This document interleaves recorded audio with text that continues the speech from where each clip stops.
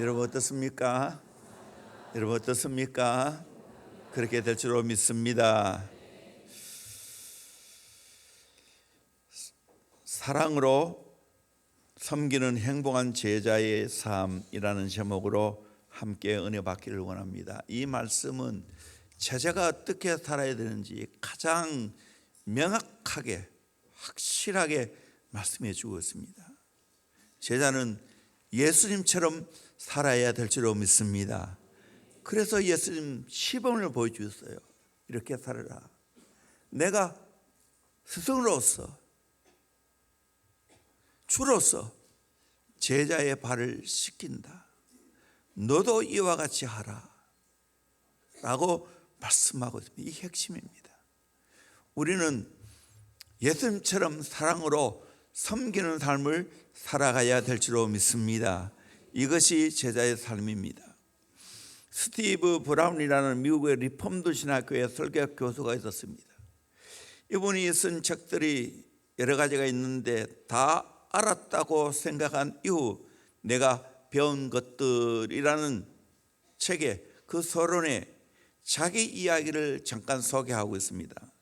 설교 교수로서 유명한 저자로서 그가 가르치기도 하고 강연도 많이 하고 했는데 그동안 하나님에 대해서 알았다고 생각하고 가르쳐 왔던 모든 것들에 문제가 있다는 걸 깨닫게 되었습니다. 자기는 정통신학자이고 복음주의적인 신학자이고 자기 나름대로 성경과 정확한 신학과 교리에 대해서 분명히 잘 알고 있었다고 생각하고 가르치고 책을 썼다는 것에 대한 자부심이 있었습니다. 그런데 자기가 그동안 배웠고 가르쳤던 것들 통해서 사람이 별로 변화가 없다는 것을 알았습니다. 그의 가르침을 통하여 사람들이 감탄하고 감동하는 역사가 없었다는 것을 깨닫게 되었습니다. 왜 그럴까? 정확하게 복음을 설명하고 가르쳤는데 깨달았습니다. 자기는 노래의 가사만 알고 있었지 곡이 없었다는 겁니다. 여러분, 가사가 없는 곡이 없는 가사만 있는 노래 재밌겠어요? 몸이 건조합니다. 노래가 노래 되려면 곡조가 있어야 됩니다.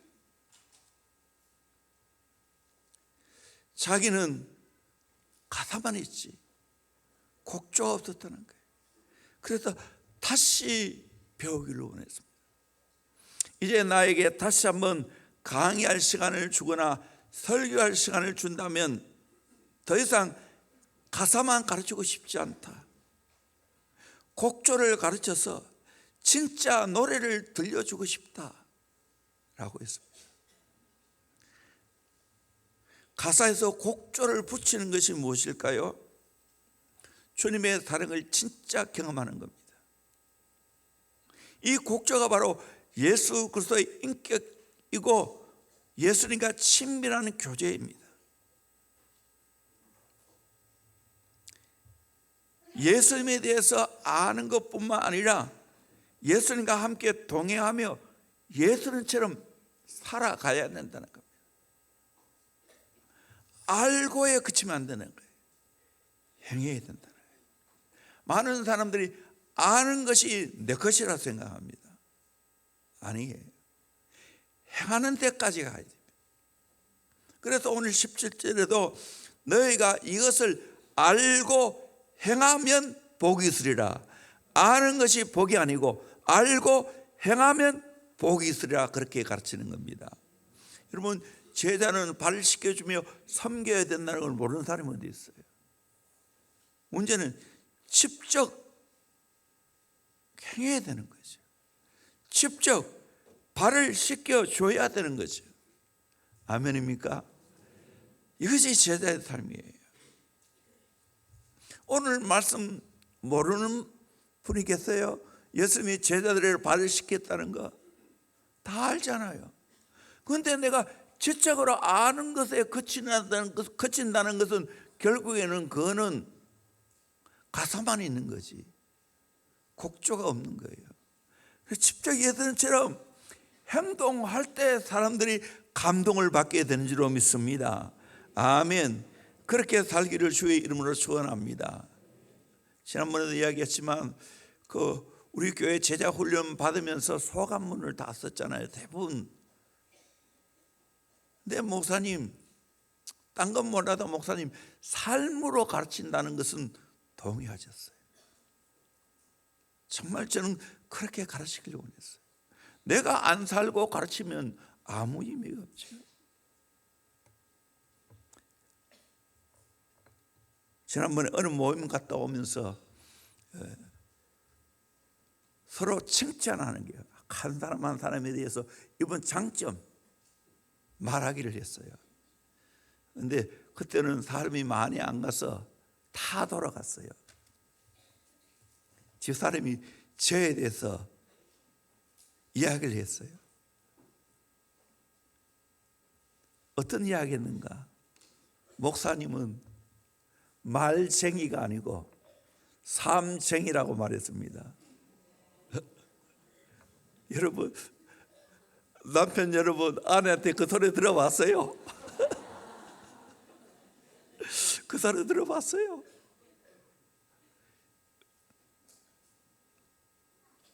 목사님, 나도 우리 성도들에게 우리 목사님은 말은 좀 부족하지만 그래도 삶으로 가르친다고, 직접 행동하고 가르친다고 이 소리 들어야 되지 않겠어요? 여러분도 마찬가지입니다. 여러분 자녀들 부모로서 말로 가르치는 게 아니고 삶으로 가르친다는 소리 들어야 되지 않겠어요? 이게 제자의 삶입니다. 아멘. 그러면 예수님 어떻게 사셨는가? 어떻게 행동으로 보이셨는가? 첫째는 자기 사람을 끝까지 사랑하는 행복한 제자의 삶입니다. 예수님은 유월절에 되어서 세상을 떠나 아버지께로 돌아가실 때가 멀지 않았다는 걸 알았어요. 그들에게 진짜 하고 싶은 이야기가 있었어요. 그게 1절이에요. 유월절 전에 예수께서 자기가 세상을 떠나 아버지께로 돌아가실 때가 이른 줄 아시고 세상에 있는 자기 사람들을 사랑하시되 끝까지 사랑하시니라. 세상에 있는 자기 사람이 누구예요? 제자들이에요. 사랑했어요. 사랑하되 얼마큼 사랑했어요? 끝까지 사랑했어요. 끝까지 사랑했어요. 우리도 예수의 제자라면 이렇게 끝까지 사랑해야 될 줄로 믿습니다. 3년이나 예수님과 동거동락하면서 예수님 따랐던 제자들이지만 결정적인 순간 다 예수님 등지고 뿔뿔이 도망을 쳤습니다. 수제자인 베드로마저 예수님을 3번이나 부인하고 저주하고 명세까지 하면서 예수님을 배신했습니다. 그런데 예수님은 베드로를 사랑했어요. 끝까지 사랑했어요. 십자가에 못 박혀 돌아가는 그 순간 베드로를 봤어요.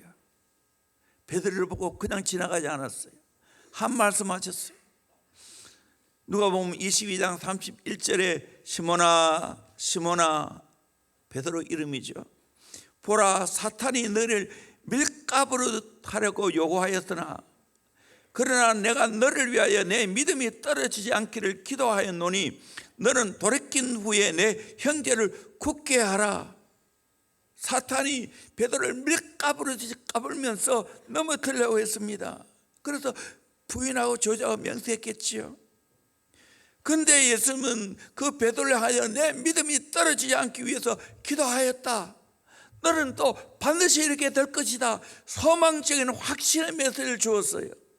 너는 돌이킨 후에 내 형제를 굳게 하라. 돌이킬 줄 알았어요. 그리고 형제를 굳게 할 줄 알았어요. 여러분 베드로 전후서를 읽어보시오. 얼마나 소망의 메시지를 던져줍니까? 흩어져 있는 나그네를 향해서, 흩어져 있는 많은 그 당시에 초대교회 성도들 향해서 예수님 말씀하신 그대로 형제를 굳게 하는 이 일을 감당했어요. 초대 교부가 되었어요. 교회를 세우는 반석이 되었어요. 이것은 예수님이 베드로를 향한 끝까지 사랑하는 그 마음이기 때문에. 오늘 또 우리 주님은 한번 저와 여러분을 사랑하기로 마음 먹었기 때문에 끝까지 사랑하실 줄로 믿습니다. 이거는 변함이 없는 줄로 믿습니다. 아멘. 세상 사람은 그렇게 못해요. 변화가 많습니다. 변화무쌍입니다. 어제의 친구가 오늘의 원수가 되고 오늘의 원수가 내일의 친구가 됩니다. 이 세상이에요. 결혼식장 일평생 머리가 팥뿌리가 되도록 사랑한다고 서야겠지만 어떻게 됩니까? 이혼하는 가정이 얼마나 많습니까?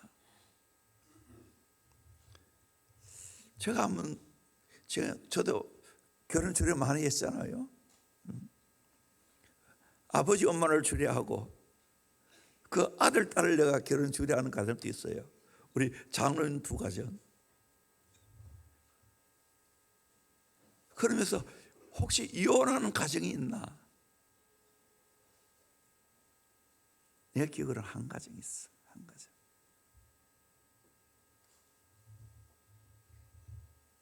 그래도 양호하죠. 세상은 쉽게 남남으로 돌았습니다. 님이 남이 되는 거예요. 혹다리 하나 붙으면 님이 남 되는 거예요. 이렇게 너무 쉽게 바뀌는 거예요. 그런데 우리 하나님 아버지는 감사하게도 그런 분이 아니셔요. 끝까지 사랑하셔요. 선택했다면 끝까지 책임져 주세요. 그게 궁극적인 구원입니다. 불가항력적인 은혜입니다. 이사야 49장 15절 말씀 같이 보도록 하겠습니다. 시작. 여인이 어찌 그 젖 먹는 자식을 잊겠으며 자기 태에서 난 아들을 긍휼히 여기지 않겠느냐. 그들은 혹시 잊을지라도 나는 너를 잊지 아니할 것이라. 아멘. 여인이 젖 먹는 자식 어찌 잊겠습니까? 자기 태에 난 아들을 긍휼히 여기지 않겠습니까?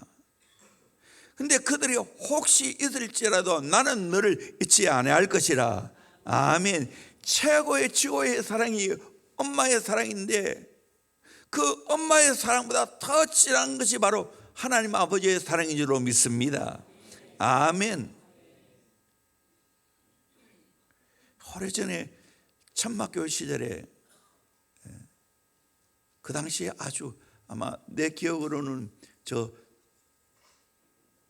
달서 구청이나 경찰서 좀 되는 동네에 그때는 전부 들판이에요. 산이에요. 지금은 발전했지만 거기에 아주 외딴 집에 사는 약간 정신적으로 모자란 분이 계셨어요. 아들 하나 들고 키웠어요. 거기서 한 2km, 3km 되는 데서 걸어왔는데요. 그 아들 뺏길까 싶어가지고 노심초사하시는 분 봤어요.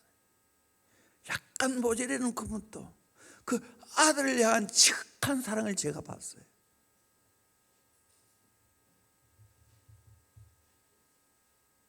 그런데 하나님의 사랑은 이보다 더 진한 거예요. 10편 27편 10절에 내 부모는 나를 버렸으나 여호와는 나를 영접하시리로다. 아멘. 부모는 자식 버릴 수 있어요. 을을 끊을 수 있어요. 그러나 여호와는 나를 영접하신다. 우리가 사는 세상은 정말 힘든 세상입니다. 사랑하기도 쉽지 않습니다. 온갖 상처로 얼룩져 있어요.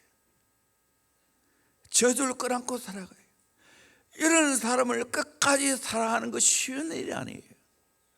그러나 하나님이 우리를 그렇게 사랑하셨기에, 예수님이 우리를 그렇게 사랑하셨기에 우리도 그렇게 사랑해야 될 줄로 믿습니다. 아멘. 끝까지 사랑하시길 할 수 있기를 소망합니다. 아멘. 그 진한 사랑을 보여줘야 돼요. 저도 이미 마음에 각오하고 결단했어요. 대원교회 오늘 성도라면 무조건 내가 품는다, 끝까지 사랑한다, 이 마음이 있어요. 때로는 감정적으로 안 좋을 때도 있죠. 속상할 때도 있죠. 그거는 그거고, 의지적으로 내가 사랑하는 거예요. 또 우리 대원교회 사랑하는 여러분들, 특별한 이유가 없으면 부부간에 끝까지 사랑하기를 주의 이름으로 축원합니다. 사랑하기로 작정하시길 바랍니다. 결단하시길 바랍니다. 아멘. 이게 성경적이에요. 특별히 남자들, 끝까지 내가 내 아내를 품는다. 세상에 가장 못난 남자는 아내한테 이겨먹으려 하는 사람. 제가 요즘 최병락 목사님, 서울의 강남중앙침례교회 목사님이신데 이분이 3대예요. 1대 목사님이 제가 군에서 같이 근무한 김춘기 목사님, 근무한 그 아버지 목사예요. 2대는 또 굉장히 똑똑하시고 교육자신데 그렇게 하다가 3대 오셨어요. 자, 설교 너무 잘해요. 내가 부러울 정도예요. 나는 죽었다 깨다 저렇게 설교 못하겠다. 말발도 안 됐지만 어떻게 삶의 적용을 그렇게 잘하는 설교하는지 나는 설교 모델이라고 생각해요. 명성교회 김삼환 목사님의 그 구수한 설교도 정말 은혜 받는지 현대에 다 맞게 설교를 하세요. 그분이 자기 부부 사이 이야기하면서 본인이 그 아내의 말을 이기려고 하니까 그 사모님이 하는 이야기야. 여보, 내한테 이겨먹어서 뭐 할 거예요? 내한테 이겨먹어서 뭐 할 거예요? 그러니까 쑥 들어갔다는 거예요. 가만 생각, 아내한테 이겨서 뭐 할 거예요?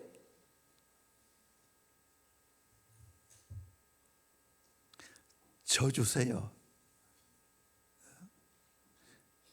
비굴하게 져지 말고 넉넉한 마음으로 져주세요. 본질이 아니거든. 양보하세요. 아멘. 상당히 시행착오를 겪으면서 깨달은 것들입니다.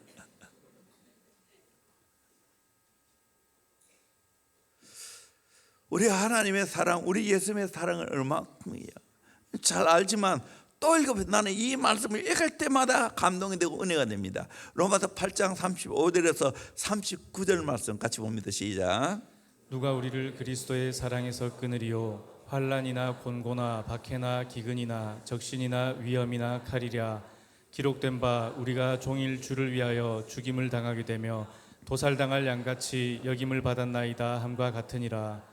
그러나 이 모든 일에 우리를 사랑하시는 이로 말미암아 우리가 넉넉히 이기느니라. 내가 확신하노니 사망이나 생명이나 천사들이나 권세자들이나 현재일이나 장래일이나 능력이나 높음이나 깊음이나 다른 어떤 피조물이라도 우리를 우리 주 그리스도 예수 안에 있는 하나님의 사랑에서 끊을 수 없으리라. 아멘. 35절에는 그리스도의 사랑에서 끊을 수 없다고 말하고, 39절은 우리 주 그리스도 예수 안에는 하나님의 사랑에서 끊을 수 없다라고 말하고 있습니다. 정말 하나님의 사랑, 예수님의 사랑에서 끊을 수 없는 줄로 믿습니다. 아멘. 그렇게 우리는 도살장같이 여김 받아도 우리가 이기되 넉넉히 이기게 될 줄로 믿습니다. 이 하나님의 사랑, 예수님의 사랑에 붙잡혀 살아가는 저와 여러분 되기를 주의 이름으로 축원합니다. 그리고 원수까지 품는 예수님처럼 내 사람들 끝까지 사랑하기를 주의 이름으로 축원합니다. 대원교회 붙여진 영혼 끝까지 사랑하기를 주의 이름으로 축원합니다. 변함없이 사랑할 수 있기를 주의 이름으로 축원합니다. 두 번째로 발을 씻기는 행복한 제자의 삶입니다. 종의 삶이죠. 예수님이 수건을 허리에 두르시고 제자들 한 사람 한 사람 발을 씻겼습니다. 발을 씻기고 난 후 제자들에게 발을 씻기시는 의미를 말했습니다. 그 의미는 뭐냐? 너희들도 나처럼 발을 씻기는 사랑을 해야 되죠. 제가 제일 기억에 남는 것은 오래전입니다. 제가 아마 전도사 시절일 거예요. 우리 청년들 30명 안팎인데 데리고 저 팔공산 기도원이라고 가서 수련을 했어요. 그때 제가 히브리서 11장 믿음장 가지고 준비해서 강의했고요. 그리고 욥기서를 읽었는가? 그렇게 읽고 또 제가 모든 청년들 대화의 문을 떠서 발을 다 씻겨준 적이 있어요. 그리고 마지막 날 저녁 기도를 했는데 정말 하나님이 역사하셨어요. 그리고 한 영혼을 내가 끌어안고 뒹굴면서 안타까운 마음으로 사랑을 표시했어요. 은혜가 넘쳤어요.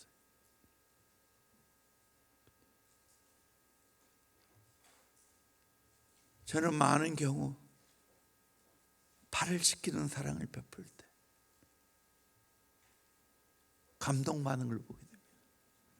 이 정도는 말해도 될 것 같아서 제자 훈련하면서 반드시 배우자 발을 씻기라는 생활 숙제를 합니다. 아니면 그거 없으면 자녀들 발을 씻기라고 할 수 있다면 배우자와 자녀를 모두 발을 씻기는 게 좋겠다는 숙제를 합니다.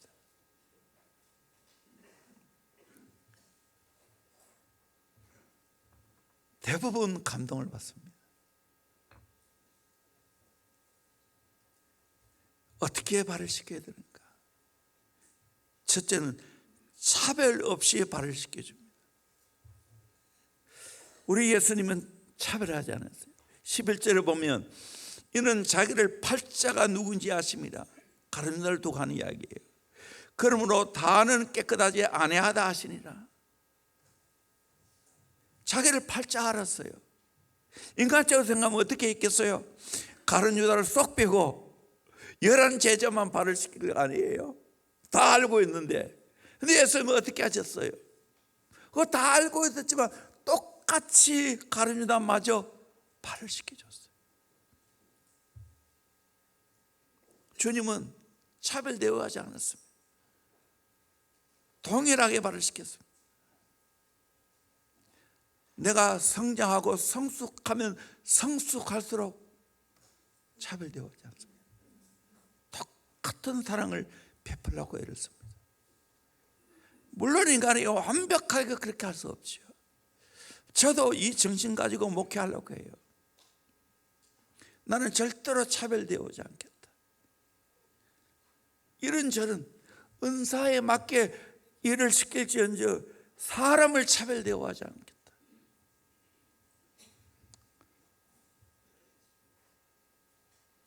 우리는 품어야 됩니다. 옛날 어머니는 치마를 입었습니다. 왜 치마를 입었을까요? 그 치마로 일을 다 했어요. 그걸 가지고 코도 닦아주고요. 그 치마로 어린아이 잘 때 이불이 되어 덮어주기도 하고요. 그 치마폭으로 많은 자녀를 품고 살았어요. 그 치마폭으로 온 가정 대가족 다 품고 살았어요. 일하며 살았어요. 그러게 자녀들은 어머니에게는 꼼짝을 못합니다. 왜? 사랑했다는 거 아닙니다. 제가 유럽을 가는 걸 아니까 유럽에는 왜 화장실 문화가 안 되었는가? 유튜브에 보면 그게 나와 있더라고요. 하도 궁금해가지고 왜 그럴까? 유럽 가보면 알지만 화장실 찾기가 참 어려워요. 뿐만 아니라 공짜 없어요. 유로 돈 1유로 또는 50센트 다 내야 됩니다. 역사적인 환경이 있더라. 요즘은 유럽이 잘 사지만 옛날에는 화장실이라는 문화가 없어요. 그래서 싸고 누울 때는 어디 간지 아십니까? 길에 가서 싸고 눕습니다. 하이힐이 왜 생기지 아십니까? 똥 안 밟으라고. 이게 진짜예요. 그리고 그 당시에는 이런 문화가 있더라고요. 요강 같은 것을 덮어서 양쪽에 들고 다녔다는 거예요. 그래서 볼일 다름 있으면 거기에다가 누고 간다. 그 유리 보면 치마가 아주 통치마 있죠, 통치마. 그거는 화장실을 잘 보기 위해서입니다. 가리기 위해서.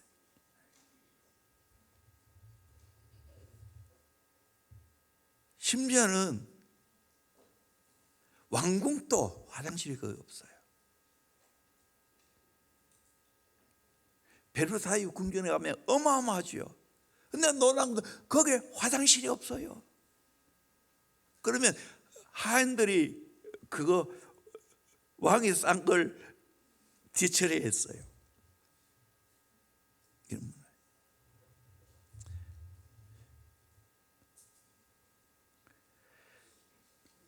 내가 치마 뽑기 이야기하다가 여기까지 갔어요. 치마복을 가려주는 것처럼. 요즘은 여자들이 그런 통치마 안 입지만 가려주는 그 삶이 있어야 된다. 두 번째로 낮은 마음으로 발을 씻겨줍니다. 12절에서 14절까지 말씀 같이 보도록 합니다. 시작. 그들의 발을 씻으신 후에 옷을 입으시고 다시 앉아 그들에게 이르시되 내가 너희에게 행한 것을 너희가 아느냐? 너희가 나를 선생이라 또는 주라 하니 너희 말이 옳도다. 내가 그러하다. 내가 주와 또는 선생이 되어 너희 발을 씻었으니 너희도 서로 발을 씻어주는 것이 옳으니라. 아멘. 나를 선생이라 또는 주라 하지. 그 말 옳다. 그러하다. 내가 주와 선생이네 너희 발을 씻겼으니 너희도 서로 발을 씻어주는 것이 옳으니라. 주와 선생이 되어서 발을 씻겼는데 너희도 서로 발을 씻기는 게 옳은 거 아니냐. 15절에도 내가 너희에게 행한 것 같이 너희도 행하게 하려 하여 본을 보여노라. 서로 발을 씻겨주는 섬김이 이루어져야 된다는 거예요. 행해져야 된다는 거예요.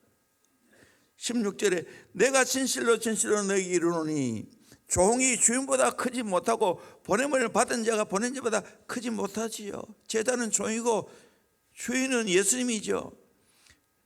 제자는 보냄받은 자이고 예수님은 보낸 자입니다. 그럼에도 불구하고 내가 발을 씻겨준 이유가 너희도 서로 발을 씻겨주는 성김의 사랑을 실천하라는 거예요. 17절에 너희가 이것을 알고 행하면 복이 있으리라. 여러분, 예수님이 가르친 정신을 알고 내가 행하면 복이 있게 될 줄로 믿습니다. 복 받기를 원하십니까?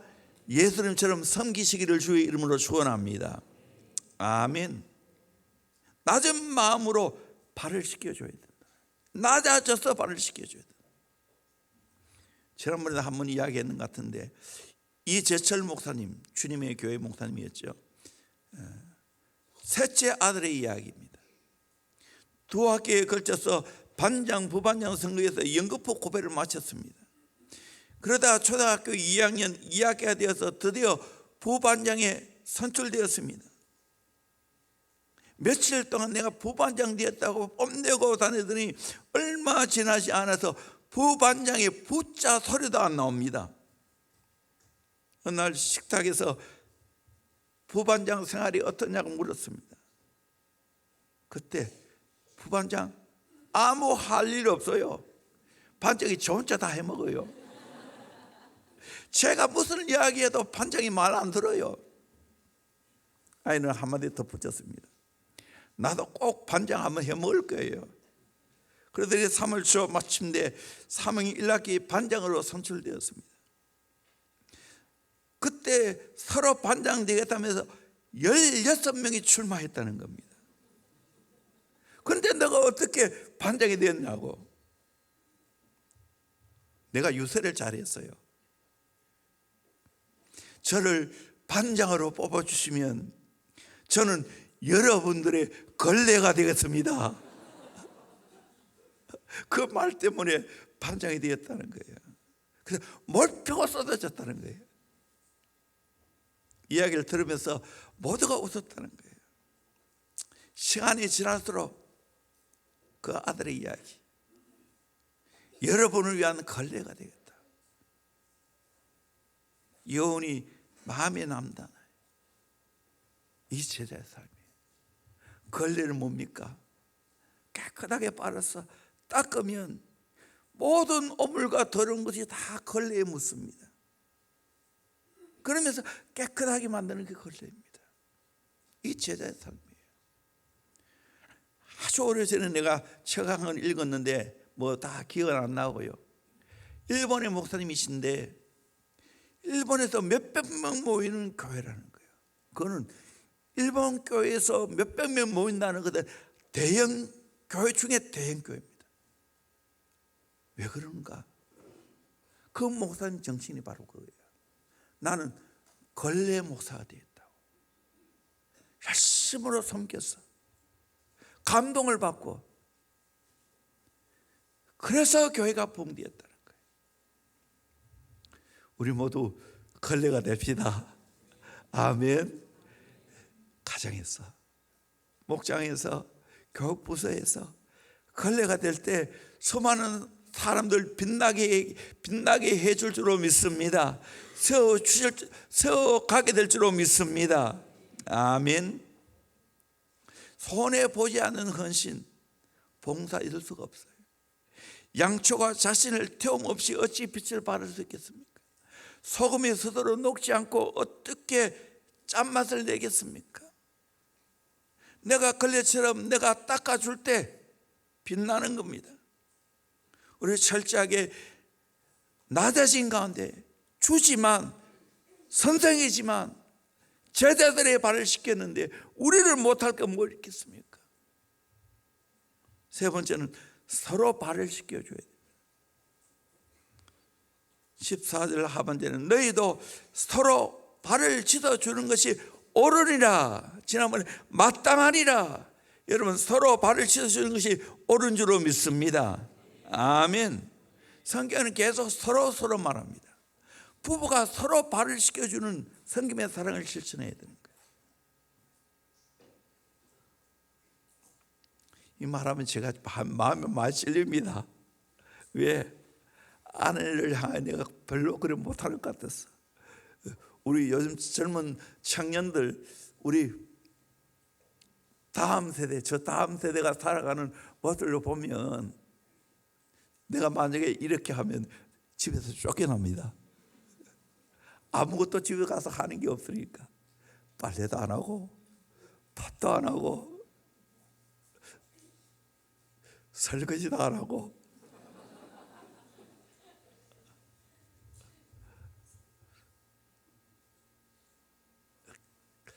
미안합니다. 공개적으로. 그러나 내 중심은 일편단심입니다. 일편단심 이호기밖에 없습니다.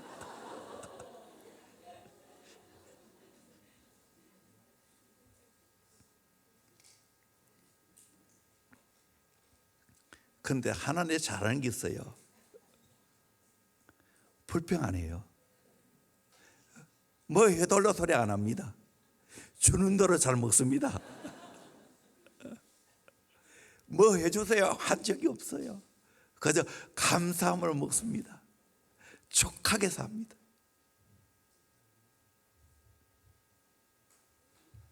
교회 안에서 목장 안에서 서로 사랑해요. 섬김의 범위가 점점 넓어가야 됩니다. 세계로 뻗어가야 됩니다. 섬김의 범위가 점점 낮아져야 됩니다. 낮은 곳으로 가면 섬길 대상이 많아집니다. 자꾸 높은 자리 쳐다보니까 시기가 되지. 섬김의 범위가 점점 높아져 가야 됩니다. 내 형제를 섬길 때 하나님을 섬기듯이 존귀하게 높이면서 섬기는 겁니다. 섬김의 범위가 점점 길어져 가야 됩니다. 한결같아요. 오랫동안 지속돼야 됩니다.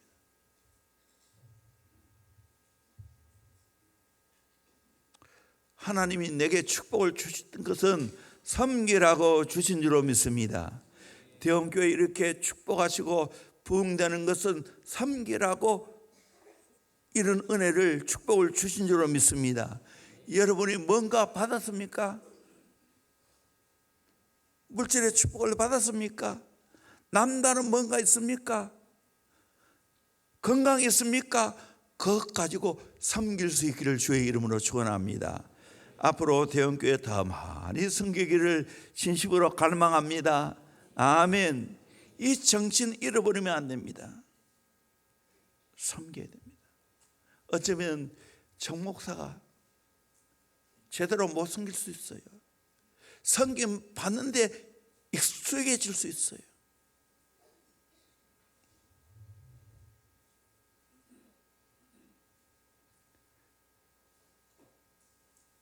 정말 하나님 앞에 섬기려고 해야 돼요. 반응이 많지만 이 받은 사랑을 또 흘려보내야 되지 않겠어요? 이따금씩 내봅니다. 저희 가정에 쌓아놓고 있는 것이 없는가? 있다면 흘려보내야 되겠죠. 내한테 왔는 것이 썩어진다면 어떻게 되겠어요? 그건 죄악이죠. 슈바체 박사에게 당신은 미개한 아프리카에서 행복했습니까? 물었을 때 그때 그는 대답하기를 나는 섬겨야 할 대상을 찾았기 때문에 참으로 행복했습니다.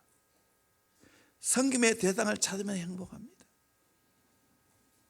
39회 총회장까지 지내셨던 이원영 목사님, 안동교회 출신이죠. 삼도교회 심호하실 거예요. 여러분은 유명한 사람이 되려고 힘쓰지 말고 유익한 사람이 되려고 힘쓰십시오. 아멘. 유명한 사람이 아니라 유익한 사람이 되기를 원합니다. 섬김을 실천하기를 주의 이름으로 축원합니다. 이 꿈을 꾸기를 주의 이름으로 축원합니다. 나는 대원교회 지금까지 섬기면서 우리 교회가 주는 교회로 섬기는 교회로 성장해 온 것 너무 감사합니다. 천막교회 시절부터 선교에 힘을 썼어요. 앞으로 우리 교회는 더 많이 섬겨야 될 줄로 믿습니다. 우리 아내도 섬겨야 되지만 우리 노예도 아내도 섬겨야 될 줄로 믿습니다. 우리 연세 드신 분 100가 아닌 거 섬기는데 얼마나 고맙게 여기는지요. 여러분, 시계의 대상에서 면제받고 사랑받는 비결이 무엇인지 아십니까? 섬기면 됩니다. 섬기면 됩니다. 아까 이야기한 강남 중앙 침례교회 강중침이라고 말합니다. 목사님, 요즘 한국에 뜨거웠잖아요. 많은 집회 이분이 집회합니다. 세미안 교회에서 미국에 목회하다가 이렇게 부름받고 와서 교회가 큰 교회를 짓기 위해서 왕십리에 지금 빌려서 예배 드리는데도 1000명 이상이 등록했다는 거예요. 교회 짓는데.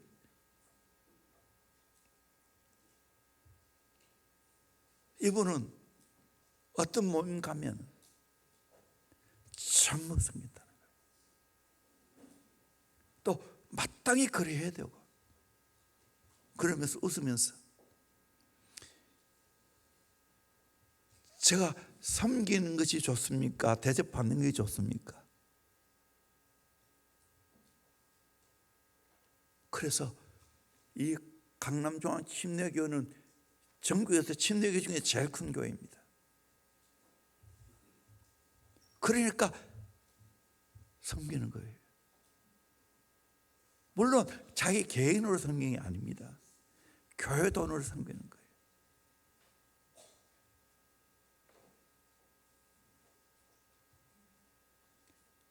저는 내 개인적으로 그렇고 우리 교회적으로 그렇고 여러분 평생 섬기다가 하나님 나라 가기를 주의 이름으로 축원합니다. 주다가 하나님 나라 가기를 주의 이름으로 축원합니다. 그러려면 내가 컴컴절하게 해야 돼요. 다 쓰고 못 도와줘요. 대구에 어느 목사님도 내가 공개적으로 이러면 안 될게. 어떤 모임 가면은 그 은퇴하신 목사님 모임 가면 이분이 항상 식사비를 댄다는 거예요. 그러니까 이름 날 수밖에 없죠. 그리고 그 자녀들도 기회예요. 자녀들이 한의사이기도 하는 용돈을 굉장히 많이 드린다. 그래서 섬기니까 이미 목사 세계에는 소문났어요. 그런 삶이 좋습니까? 다 구제받고 사는 삶이 좋습니까? 여러분의 목사는 어떤 목사가 되기를 소망합니까? 나는 평생 섬기다가 하나님 나라 가기를 소망합니다. 가난한 시절부터 저는 제가 돈 되려고 애를 썼어요. 지금도 마찬가지. 나를 위해서는 건금절약하지만 또 지금 그래도 노예서는 그렇잖아요.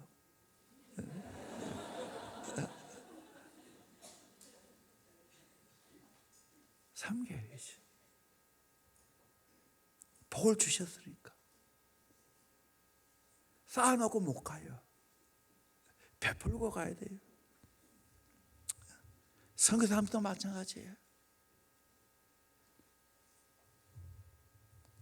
별거 하지만 기억하고 매년 연말 되면 성탄절 헌금으로 30만 원씩 보내니까 얼마나 고마워하는지. 여러분의 인생 섬기는 인생이 되기를 주의 이름으로 축원합니다. 성경에는 받는 것보다 주는 자가 복이 있다고 했습니다. 우리 교회 안에도 이름 없이 빛 없이 그렇게 섬기는 자가 꽤 있습니다. 무명이지만 바울도 본을 보여주었습니다. 빌립보 1장 1절에 그리스도 예수의 종 바울과 되면 예수의 종이라고.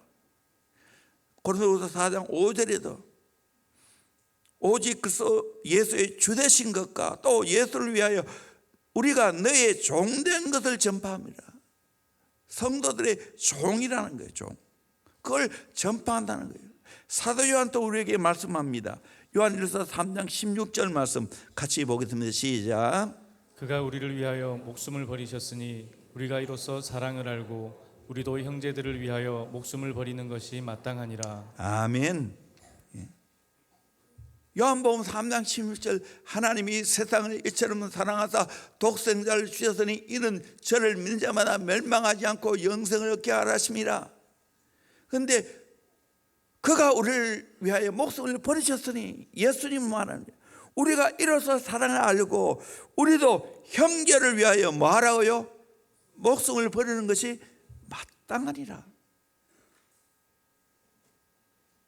이렇게 섬기는 거예요. 세 번째로 열매 맺는 행복한 제자의 삶입니다.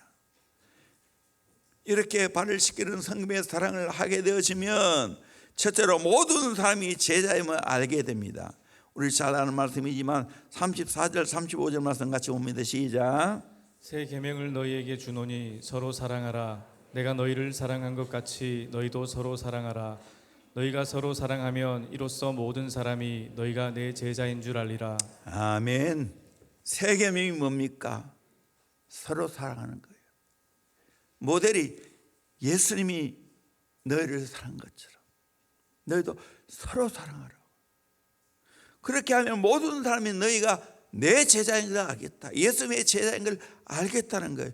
여러분, 우리의 가정에서 부부가 서로 사랑하면 자녀들이 예수님의 제자인 걸 알게 될 줄로 믿습니다. 목장 안에서 우리 목자 목녀가 서로 사랑을 보면 예수의 제자인 것을 알게 될 줄로 믿습니다. 그래서 우리는 예수 제자인 것을 알려줘야 돼요. 삶으로 알려줘야 됩니다. 아멘. 서로 사랑합시다. 부부가 서로 사랑합시다. 부모 자녀가 서로 사랑합시다. 모험끼리 서로 사랑합시다. 아멘. 서로 사랑해야 돼요.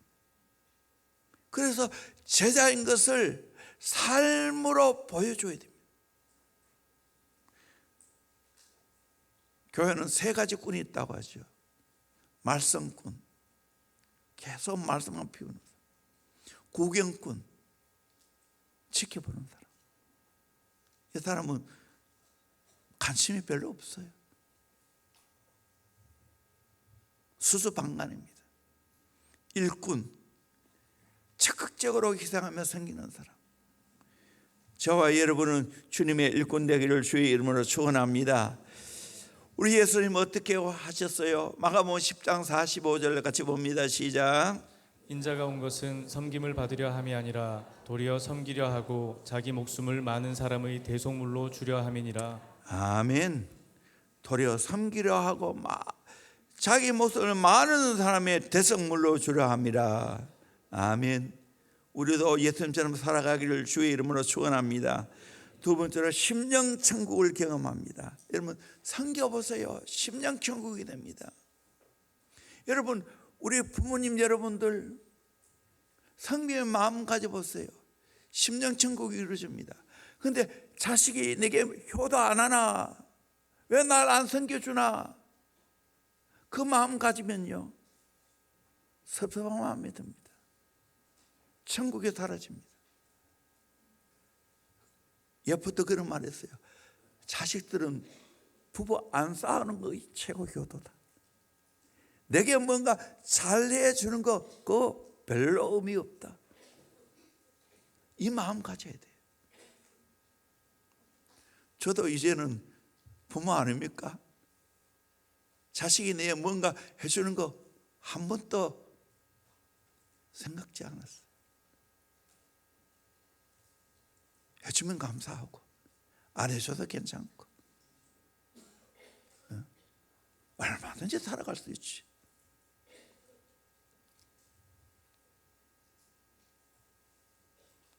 그러나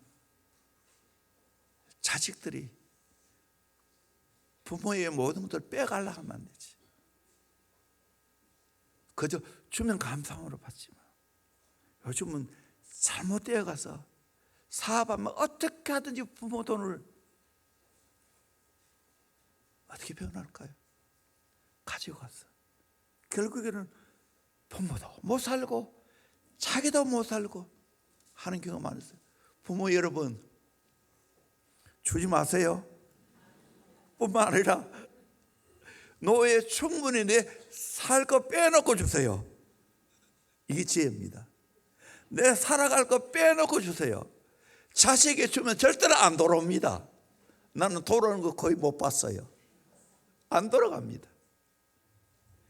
미리 챙기세요.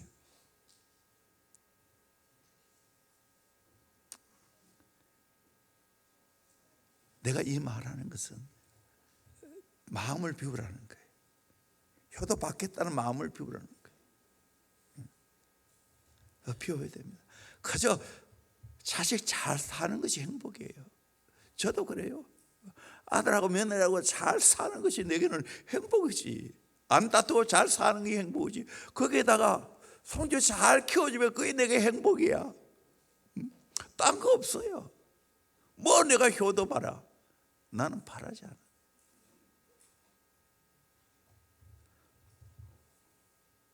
또 동시에 자녀들은 하나님의 복을 받아야지. 부모에게 기대만 안 되지. 또 도와줄 수 있으면 부모가 얼마나 좋아요. 내가 자녀들에게 정말 좋게 내가 재산을 가지고 베풀 수 있다면 그건 축복이지.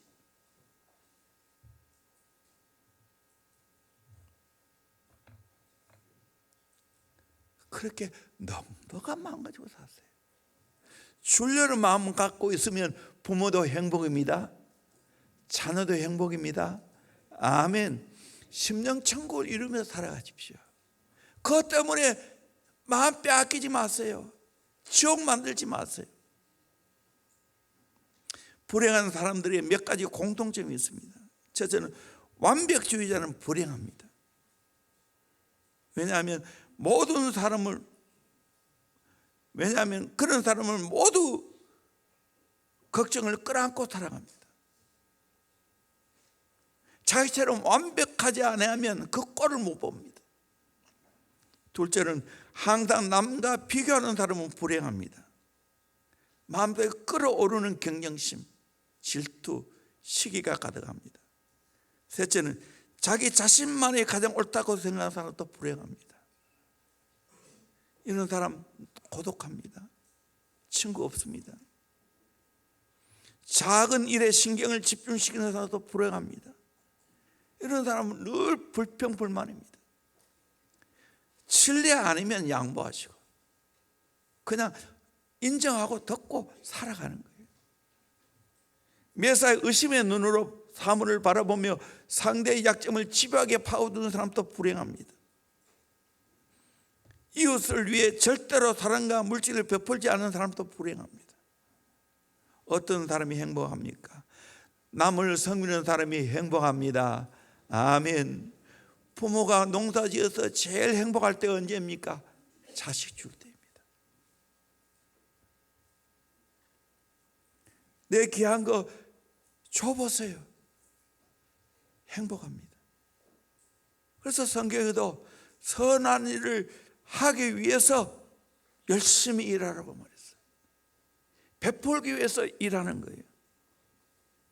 왜 공부하냐? 공부해서 남자는 아니요. 공부해서 남 주어야 됩니다. 돈 벌어서 남 줘야 됩니다. 섬기기 위해서 돈 법니다. 아멘.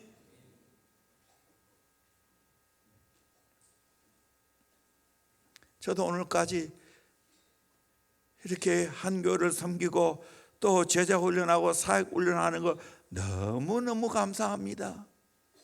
쉬지 않고 일을 해올 수 있는 거, 건강 주신 거 너무 감사합니다. 행복합니다. 나는 이 기쁨을 안 빼앗기기를 원합니다.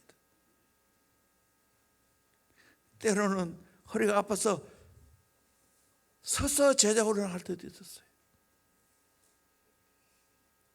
어제 8시부터 10시 넘도록 우리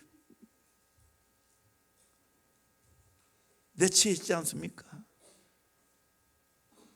가고도 나는 보니까 또 4일날 청도 7차례 연합 재직 헌신 예배가 있어서 가야 돼요. 그래서 파워포인트를 만들어 줘야 돼. 그래서 그거 만들고 하다 보니 12시 반이 넘었어. 근데 아침에 일어나서 카톡을 보니까 대표로 누가 한 분이 내일 사회 훈련 합니까? 하고 카톡이 들어왔어. 나는 몰랐어. 했을까요? 안 했을까요? 했죠. 또 내가 안 할 마음이 거의 없었어요. 그런데 이제는 좀 내 몸을 생각하고 원래는 한 주만 쉬고 사회훈련을 했을 거예요. 아무래도 또 사흘날 가야 되고 그래서 2주 쉬기로 했어요. 이것도 대단한 양보입니다. 섬기는 게 축복이죠. 열심히 일하다가 하나님 나라 가야 되죠. 세상을 변화시킵니다.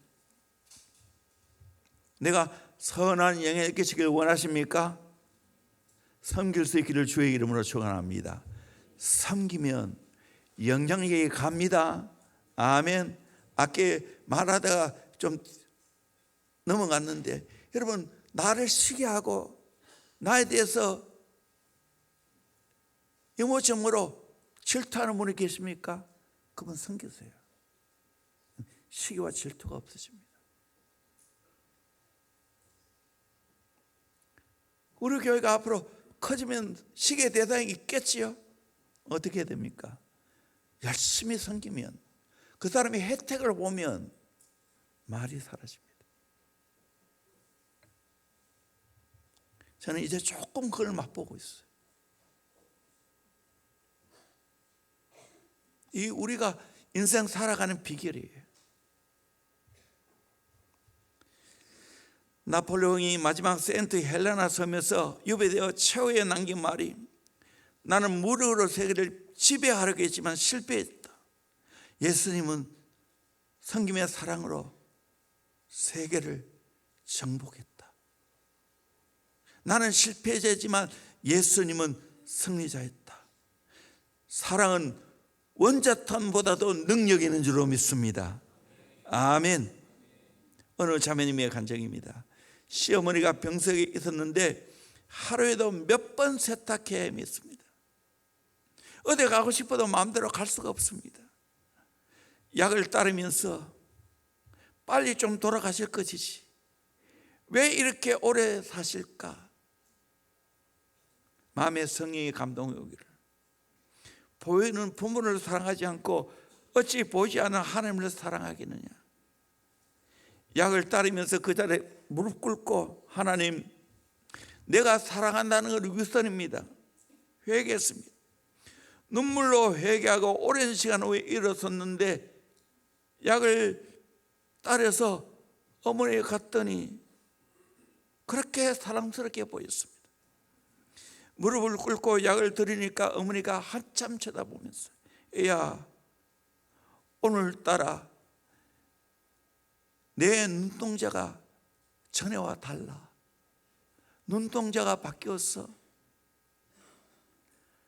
눈동자가 살아있는 눈동자니까 눈은 다 읽히잖아요. 네 사랑해야 되지 않겠어요? 천국의 섬을 만든 문중경 전사님, 17의 부모들이 결정해 준 대로 시집을 갔더니 그 남편이 하룻밤도 안 자고 따로 살았습니다. 나중에 알고 보니까 이미 여자가 있습니다. 전도연을 통해 예수를 믿고 이승복 목사님에게 은혜를 받고 자기를 돌아보지 않고 복음 위에 살았습니다. 항상 교회 먼저 생각하고 영혼 먼저 생각했습니다. 결국 이를 통해 사랑을 실천해서 이분이 얼마나 영향을 끼쳤는지 중도에 90%가 예수 믿었습니다. 신앙군 전체로 퍼져나가서 14개면 1,004개의 섬 가운데 100여 개의 교회가 세워졌습니다.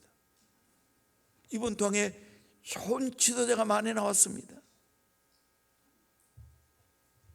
대학생 선교회 김중고 목사님, 선결교회 대표되는 이만신 목사님, 하나나라 다 갔죠.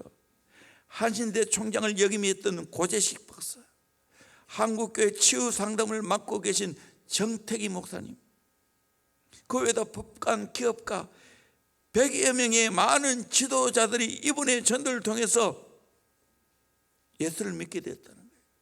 믿음의 자녀들이라는 거예요. 저는 소망합니다. 대형교회 사랑으로 섬기는 사랑을 실천해서 수많은 인재를 키워내기를 소망합니다. 아멘. 저는 감사해요. 이번에도 내치를 하면서 우리 교사들이 아이들을 다 봐줬어요. 지난번 목자 목녀 수련도 마찬가지고, 또 어떤 경우에는 목자 목녀가 아이들 다 봐줬어요.